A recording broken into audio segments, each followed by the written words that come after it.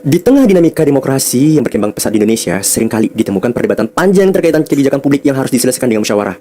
Salah satu kasus yang sempat ramai dibicarakan adalah rencana ibu kota IKN. Ini siapa kemarin? Bang bikin soal yang berkaitan dengan isu terbaru. Nah ini ya soalnya.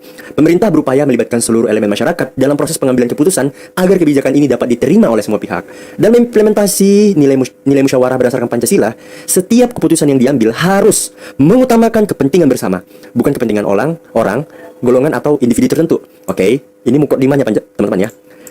Proses musyawarah yang baik selalu menghasilkan keputusan yang adil, benar, namun tetap dapat menimbulkan ketidakpuasan dari beberapa kelompok. Ingat ya, jadi kalau misalnya ada musyawarah itu memang pasti ada yang nggak setuju, tapi walaupun yang nggak setuju tetap dijalankan teman-teman ya. Tapi dia harus tetap profesionalisme. Dari pernyataan di atas yang hati-hati lagi ya, yang bukan ya, hati-hati. Yang bukan udah baca panjang-panjang, ternyata ada kata yang bukan. Jadi kayak sia-sia gitu bacanya kan. Jadi kita kebalikannya. Yang bukan merupakan ciri penerapan musyawarah dalam Pancasila, teman-teman. Oke. Jadi kalau ada kata bukan, tipsnya adalah udah pasti jawabannya semua benar. Cari yang salah. Oke. Keputusan yang diambil setelah mempertimbangkan kepentingan semua pihak terlibat secara merata. Oke, mau dia setuju apa nggak setuju, dia tetap terlibat. Aman ya. Ini aman. Oke, lanjut. Proses diskusi dalam musyawarah dilakukan secara terbuka dan melibatkan semua elemen. Ini prinsip kita teman-teman ya. Prinsip berdialog dan kita melibatkan semua orang, dan itu terlibat dari semua secara keseluruhan. Oke, bagus ya. C. Kita tidak bisa. Musyawarah. Musyawarah menghasilkan keputusan yang selalu memuaskan semua pihak tanpa ada pihak yang dirugikan. Ingat teman-teman, yang namanya kita memang mengandung prinsip musyawarah. Yang namanya musyawarah itu pasti dominan ke arah yang paling banyak, ke arah voting ya teman-teman ya. Pasti ada yang gagal voting itu dia agak sedikit kecewa.